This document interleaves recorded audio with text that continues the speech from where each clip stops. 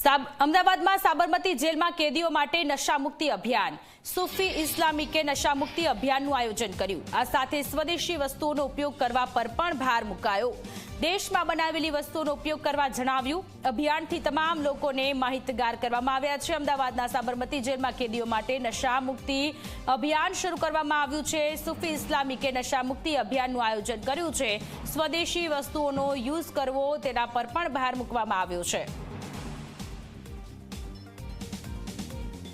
Ahmedabad central jail में नशा मुक्ति कार्यक्रम का आयोजन कर रही है, जिससे कि जो यहाँ के प्रिजनर्स हैं, जो इनमेट्स हैं, उनको प्रैक्टिकल एडवाइस दे सके कि किस तरह जो ये नशे की आदत है उससे दूर रहा जाए और कैसे जो विड्रॉल सिम्टम्स हैं उनसे दूर रहा जाए।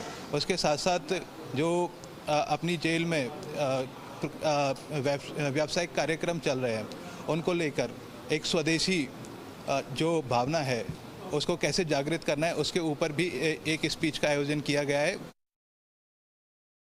75वें जन्मदिन पर जो नरेंद्र भाई ने ये नशा मुक्ति अभियान के लिए सभी को प्रेरित किया है, वो हमारे लिए एक प्रेरणादायक है। तो हम लोगों का कर्तव्य बनता है कि हमारे परिवार के सदस्य जो गलत रास्ते पे चल गए हैं उनको अच्छे रास्ते पे लाना, अच्छी ज़िंदगी वो कैसे जिए वो समझाना और उस तरह जीने में उनको ही खुद को कितना फ़ायदा है वो समझाना, वो हमारा कर्तव्य बनता है।